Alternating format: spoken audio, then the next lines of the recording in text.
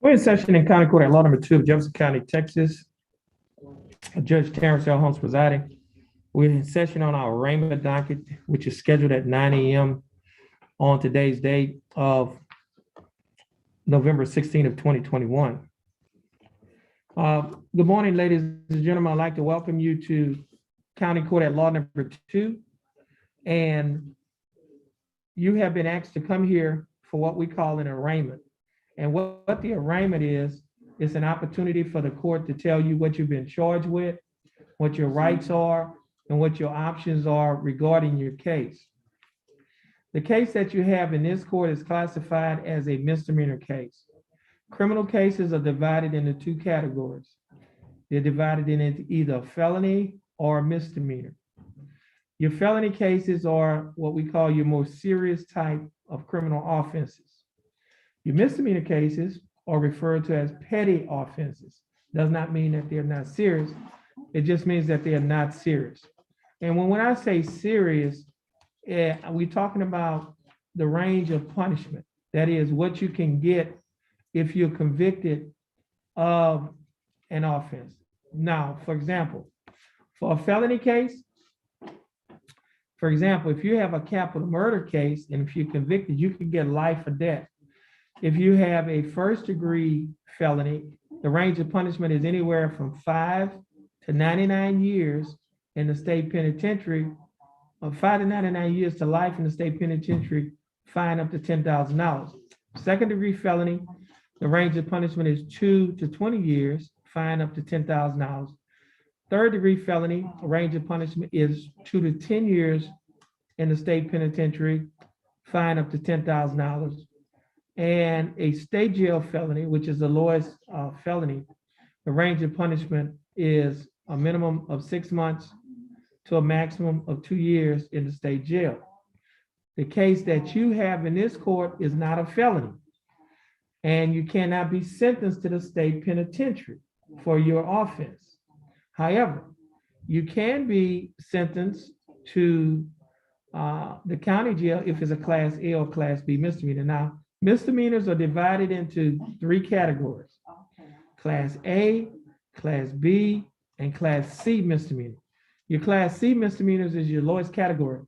You cannot be given time in the county jail for Class C misdemeanor. You only could be given a fine. So your Class C misdemeanors are the cases that are normally handled in the Justice of the Peace Court or the Traffic Court or the City Court, excuse me.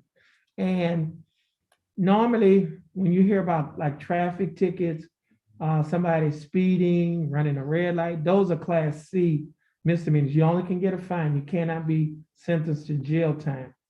Now, however, we handle those Class C misdemeanors only when they are appealed from the City Court or the JP Court. Normally, we handle Class A, and most of the cases we handle are Class A and Class B misdemeanors. Now, your Class A misdemeanor is your highest misdemeanor. The range of punishment for Class A misdemeanor is you could be given confinement in the county jail from 0 days all the way on up to a year, or anywhere in between, a fine from $0 to $4,000 or anywhere in between, or you could be given both such fine and confinement. For a Class B misdemeanor, the range of punishment is confinement from 0 days to 180 days, which is 6 months in this county jail, or anywhere in between, a fine from $0 to $2,000, or anywhere in between, or you could be given both such fine and confinement. Now, as a defendant in a criminal case, you have rights. You have a right to have a trial by jury. And what a trial by jury is, you have a right to have 6 citizens from Jefferson County to be selected on your jury, and they will decide whether or not you're guilty or innocent after listening to all of the evidence. You also have a right to waive, which means you have a right to waive your right to jury, which means you have a right to give up your right to a jury trial. And by doing so, your case will come before the judge only, without a jury, either by a trial, the trial we call a bench trial, or it could come before the judge by way of a plea. We call it a plea bargain agreement.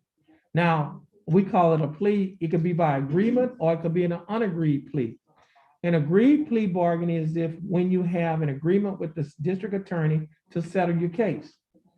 An unagreed plea bargain means, an unagreed plea means you do not have an agreement with the state to settle your case. However, you would like your case to come before the judge so that the judge could decide your punishment in your case. Now, if for a bench trial, the judge will decide whether or not you're guilty or innocent. And if you're found guilty, the judge will also decide your punishment. Now, you also have a right to have witnesses to come to court. That area, that's chair right there, we call that the witness stand. And what a witness does is they can testify for you or against you. You can ask them questions. We call that either direct examination or cross-examination. You can waive your right to have, Mr. Bailey, you can waive your right to have witnesses to come to court in this case or in your case as well. And by doing so, you will not be calling witnesses. However, the state will be calling witnesses in your case. You also have a right against self-incrimination.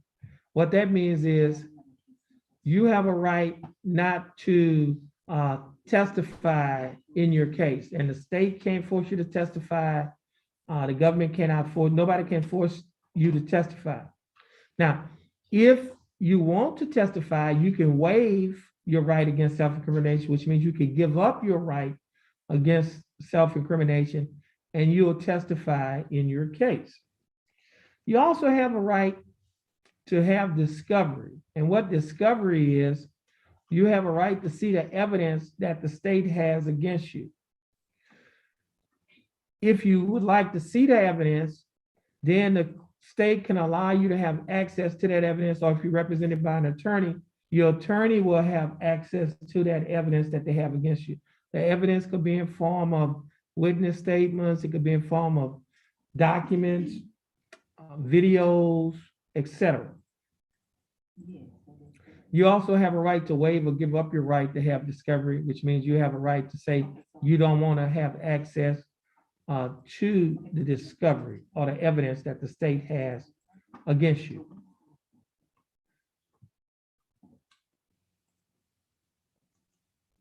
Now, earlier I mentioned that you and the state may have an opportunity, you can work out a plea bargain agreement. You can have a plea bargain agreement.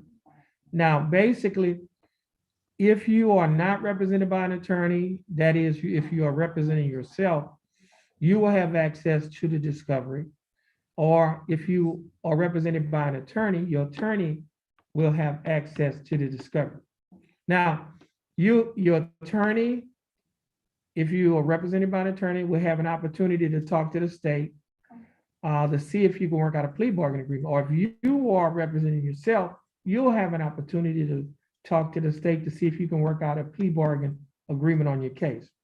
If you are able to work out a plea bargain agreement, that's fine. Now, the court does not have to follow that agreement. If the court does not follow the agreement that you and the district attorney has worked out, then you could withdraw or take back your plea. For example, let's say you and the state have worked out an agreement, and the agreement is for you to be on probation, and it comes before the court, me, the judge, and I say, well, I'm not going to follow that plea bargain agreement. Then you can tell the court, you can withdraw, take back your plea. You could tell the court, well, judge, I withdraw or I take back my plea since you are not going along with our plea bargain agreement.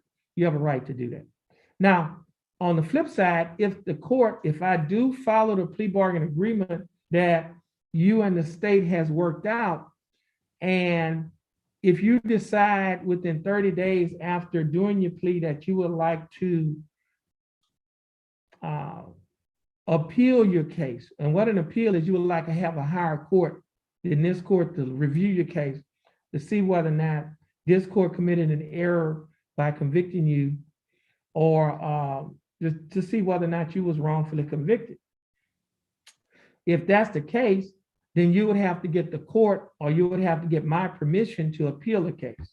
If I give you permission to appeal the case, your case will go to the Ninth Court of Appeals, which is located on the 3rd floor of this courthouse. It's right above us. They will review your case. They will decide whether or not to grant or deny your appeal. If they grant your appeal, then they can simply find you not guilty, or they can send the case back down to this court and order this court to give you a whole new trial.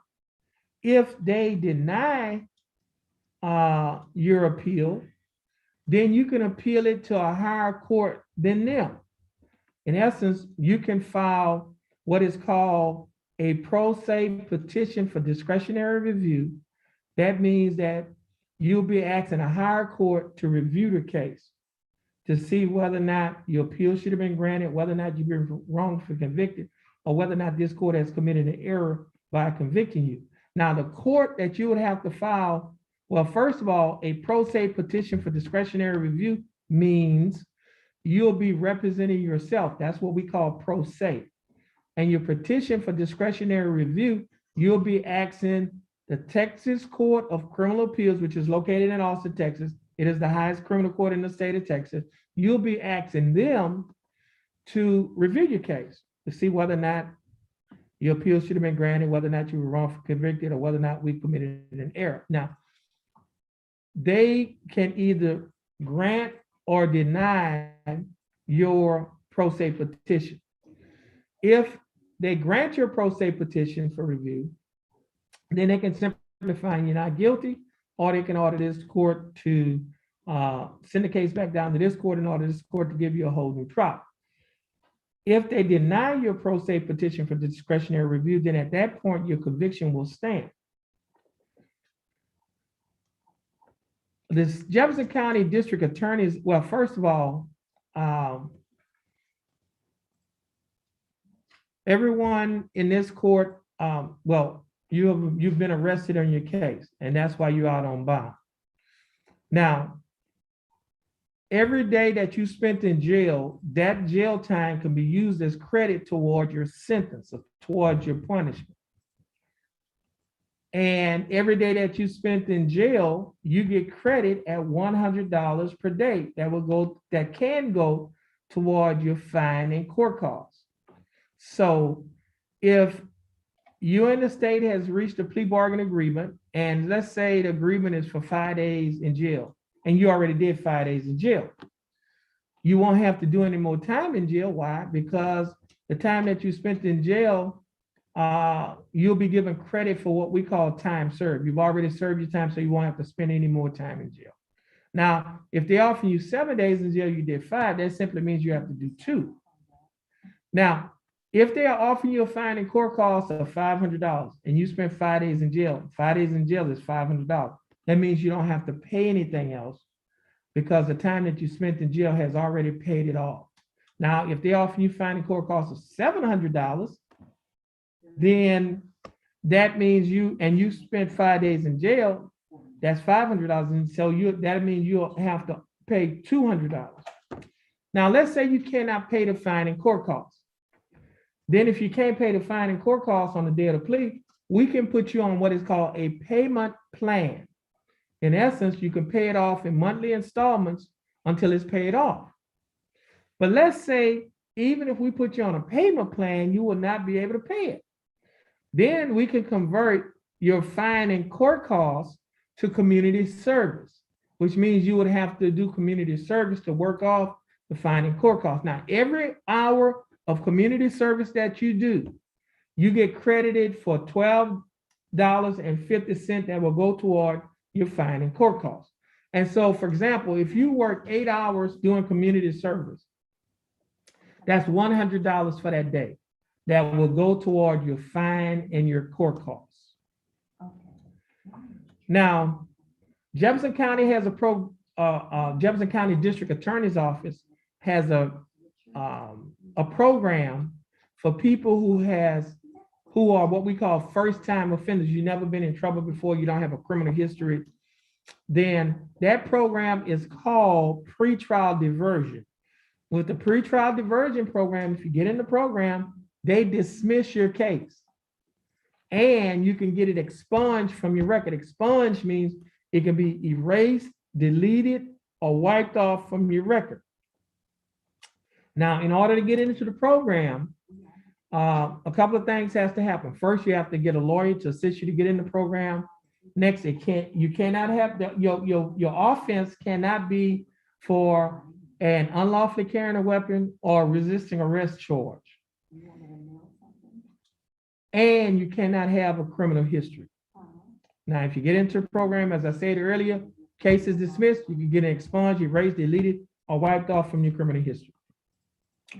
If you are a veteran of any one of the branches of the United States government, you can be put in what is called Veterans Court. And with Veterans Court, it's like the pretrial diversion program. You get in the program, they dismiss your case, you complete the program, you can get it expunged, erased, deleted, or wiped off from your record. All right. And now, this court has a program as well that is called the Community Safety Initiative, commonly referred to as the CSI program. And the CSI program is a program that I started in this court within the first 100 days of taking office. That program was started in March of 2017. So we've had that program over almost 5 years. And the program is designed to address what we call recidivism. Recidivism means people committing crimes over and over. How do we stop people from committing crimes over and over? Well, we have this program that I started that is called the CSI program. It's designed to make Jefferson County a safer place for all of us to work, live, go to school, go to church, and raise our families. And the way the program operates is we have partnerships with agencies in the community. We have a partnership with Spindletop Center. If anybody have any mental health issues, you don't have to be insane. You could suffer from depression, anxiety, you can be bipolar, schizophrenia, whatever mental health issue you may have. Then the folks from Spindle, we have counselors as well as mental health deputies, officers in the court. The counselors can give you a private interview in the back, and Spindletop can develop a treatment plan for you, either outpatient or inpatient treatment. Also, if you have issues with either drugs or alcohol, Spindletop has a program that is called ATAR. ATAR stands for Addiction, Treatment, and Recovery. That program, with that program, they can do a screening. They can do an interview, a screening, and then they can develop a treatment plan, either outpatient or inpatient treatment plan to address your alcohol or your drug needs. If you're unemployed and do not have a job, or you like to get a better job, well, we have a partnership with the Golden Triangle Empowerment Center, who has a partnership with Lamar University. Lamar University has a program that is called CICE. CICE stands for Center for Innovation, Commercialization, and Entrepreneurship. It is a job training and a job placement program in the hotel industry or the shipping industry or the chemical industry. Once you are trained in one of those areas, they will assist you at getting a job in the area that you're trained in, irregardless of your criminal background. If you have not graduated from high school and you would like to get your GED, your graduate equivalency diploma, then Lamar University has a program under the CICE program where you can get your GED. Now, all of these programs that I have just mentioned are free. It does not cost you anything. Only thing you have to do is have a desire to be placed in any one or more of the programs. And all of these programs that I mentioned, as I said that they are free, and all of these programs can be used as community service. So for example, let's say you are ordered to pay a fine, but you don't have the money to pay the fine. And so we convert it to community service. That's the second thing. And let's say you have a mental health issue and you get into the Spindletop program. That's the third thing. You can do three things. You'll be doing three things. Actually, you'll be doing one thing, but getting credit for three. While you're in the Spindletop program, either mental health, drug treatment, or if you're in the CSI or the CICE program, which is through our CSI program, any one of those programs, you're being trained on the job.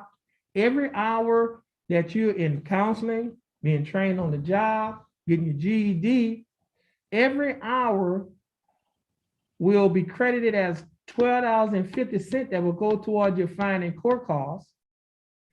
And 1 hour will go toward your community service. So you're killing three birds with one stone. You're doing one thing, but you're getting credit for three.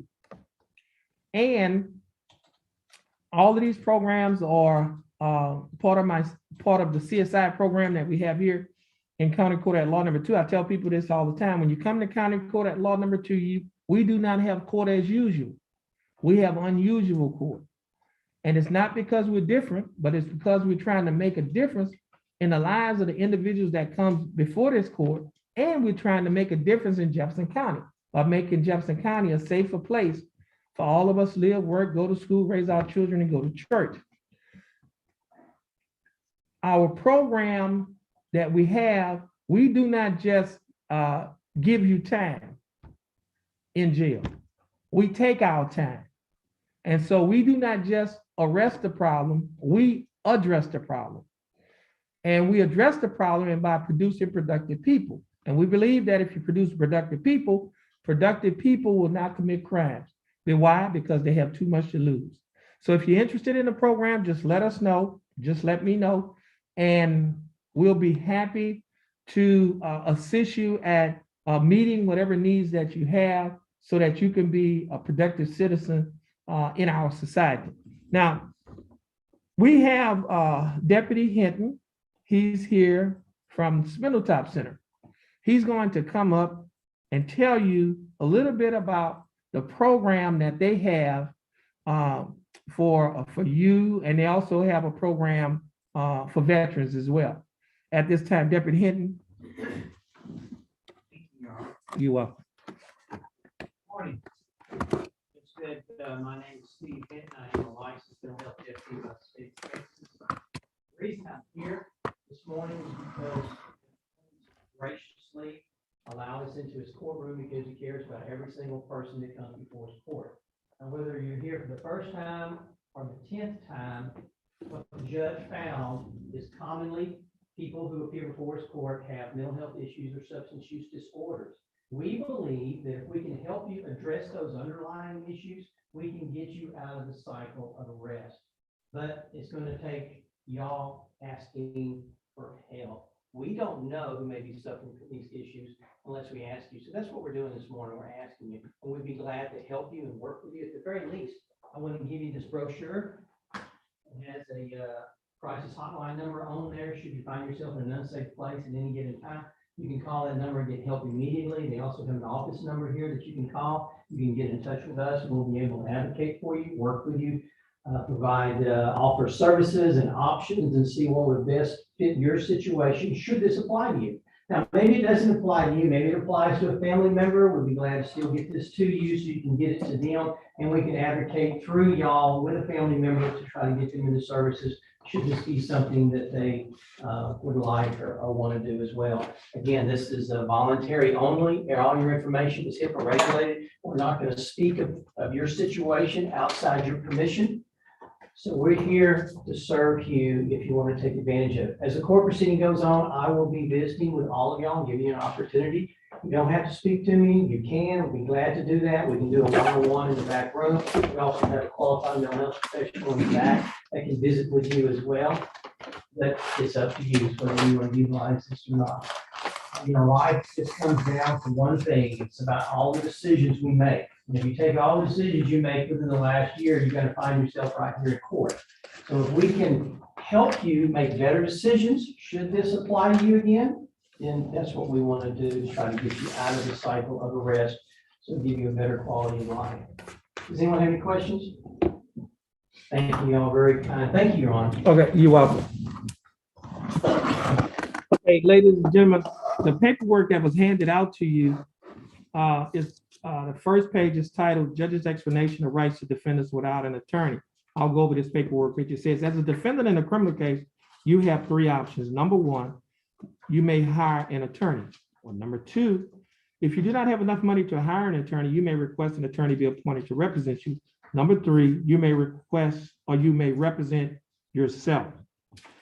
If you want an attorney to represent you and have enough money to hire one, the case will be reset to give you time to do so. If you want an attorney and do not have the money to hire one, you will need to fill out a financial questionnaire so that the proper person can determine whether or not to appoint an attorney to represent you. You may not speak to the prosecutor about your case unless you sign a written waiver of your right to be represented by an attorney. Be aware that there are dangers to self-representation. Waiving your right to an attorney and representing yourself may result in a worse outcome for you and your case, including the loss of significant legal rights and opportunities relating to military service, possession of a firearm, housing and public benefits, child custody, immigration status for non-citizens, and employment. If you choose to proceed without an attorney, you may change your mind at any time and may request counsel from the court. At the bottom of the document, it states defendant's choice. Mark initials next to only one choice. If your choice is, I want to reset this case to hire my own attorney, then you'll put your initials on the first line to the left. If you have already hired an attorney, then you put your initials on the second line to the left and the name of the attorney on the line to the right. If you want to apply for court-appointed counsel, then you'll put your initials on the third line to the left. If you've already been appointed a court-appointed attorney, then you'll put your initials on the fourth line to the left and the name of the attorney on the line to the right. If you want to waive your right to an attorney and represent yourself, then you'll put your initials on the fifth line to the left. Once you have finished initialing one of the 5 lines, then you will sign at the bottom of the document where it says defendant, and you will date it today's date, November 16th of 2021. Now, for those of you who have put your initials on the 5th line to the left, then you will proceed with the next document. The next document states waiver of counsel for purposes of entering a guilty plea or proceeding to trial. And it reads, I have been advised of the nature of the charges against me and the dangers and disadvantages of self-representation. My waiver is voluntarily and intelligently made. Furthermore, I have been advised this 16th day of November of 2021 by the County Court at Law number 2 of my right to representation by counsel in the case pending against me. I have been further advised that if I am unable to afford counsel, one will be appointed for me free of charge. Understanding my right to have counsel appointed for me free of charge if I'm not financially able to employ counsel, I wish to waive that right and request the court to proceed with my case without an attorney being appointed for me. I hereby waive my right to counsel, and if that's your choice, then you will sign at the bottom of the document where it says defendant, and you will place today's date, November 16th of 2021. Now, once you have finished filling out those forms, we will have someone from our staff who will come by and pick the form up. If you need assistance, they will also assist you with the form. So at this time, we'll be in recess to give our staff an opportunity to